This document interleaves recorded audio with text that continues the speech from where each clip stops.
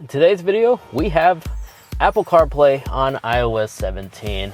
And first thing first, notice this layout is completely redesigned because previously on the main dash for Apple CarPlay, as soon as you go to this section, typically the map was supposed to be on this side, and then the turn as well as your media was supposed to be here. So Apple actually revamped it, and now they have the map by default on the top portion right here, which is quite neat. Nope, I apologize. I had to go back on my other vehicle with the traditional double din dash, and the layout is similar. The reason why it's redesigned on this other vehicle is because it just has a larger display. And another new change you may have noticed is the new wallpaper as well, because we got a new wallpaper for iOS 17. Because if we go into our settings and go into wallpaper, here it is. And we still have all the previous ones too, as well as the very first CarPlay, just a black display on the background. But in terms of additional new changes for iOS 17, you can also find it right here in the music section, because once you start playing the music, you'll notice up here, there's an AirPlay icon with a person, I guess, simulating there's AirShare Play capabilities.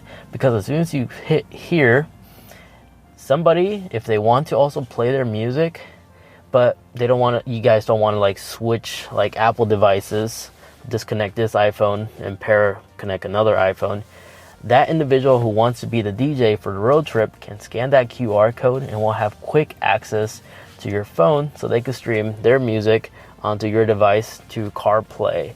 It works really well. You could discover by nearby contacts, or you could disable this if you're like a Lyft driver or something like that. I could imagine you could have your guests to have access to media controls right here just off their device, but I have it enabled for my near contacts, so people who I actually know will be able to do this, which is quite neat. But notifications, they're exactly the same.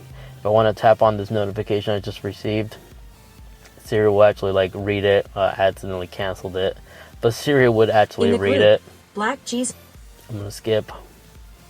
That is all the same. Nothing changed here. The Siri animation, this was redesigned on iOS 17. It's exactly the same right here as well.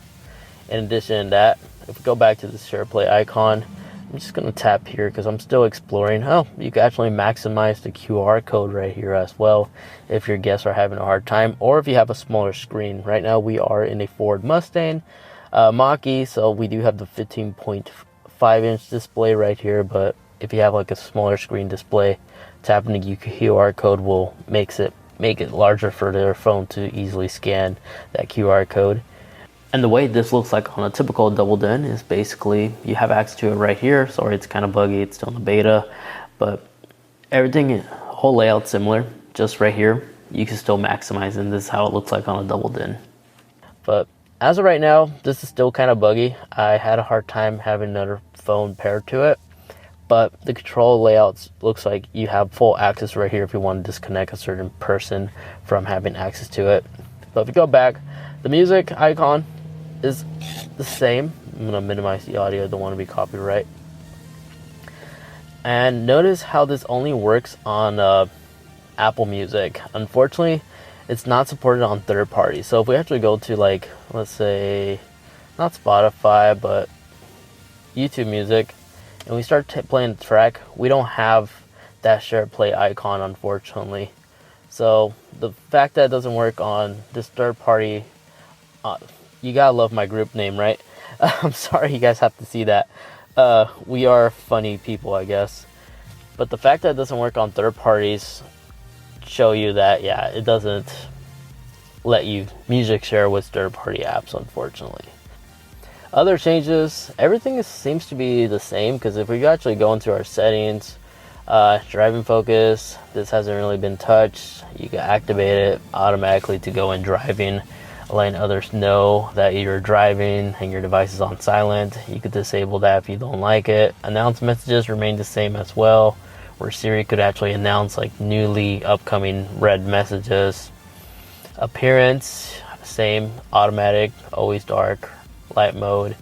I prefer always dark. You can always make maps to be always dark as well, which also work with third parties, but right now I have Google on satellite maps, but as you can see, it's in dark mode now.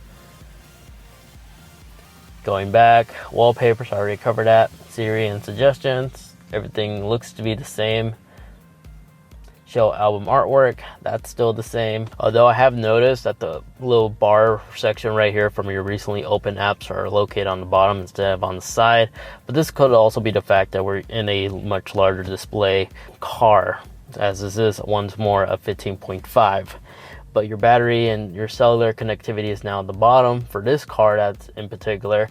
But the beauty about this is because of iOS 17, if you're using Apple Maps, you can actually offline some of the maps as well. So whenever you lose reception, you can still have navigation playing in the background, just like other third parties like Google Maps have been doing for years. So that's an improvement right there. But a request that I'll personally want, the capability to rearrange apps right here on the screen. Because if you long hold, it still doesn't do anything.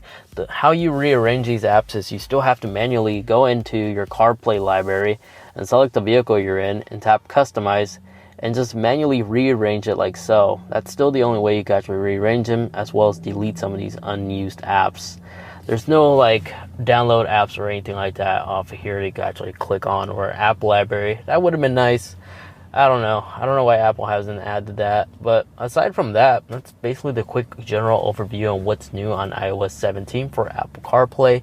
Again, the big advantage is just the SharePlay capability. Honestly, everything else is pretty much similar. Maybe this layout is affected on other vehicles. Again, we're on a Mach-E. It could be just specifically designed for this 15.5 inch display. It could be different on vehicle to vehicle, so I'm probably going to make an update video in the near future once we get closer to the official release for iOS 17. Anyways, if you guys enjoyed, you know what to do. Leave a video a like, get subscribed, and if you'd like to watch more, check out that video over there where I highlight all the new changes for watchOS 10, and that one is iOS 17, but on our smartphone. Thanks so much for watching, take care, and I'll catch you guys in the next one. See ya.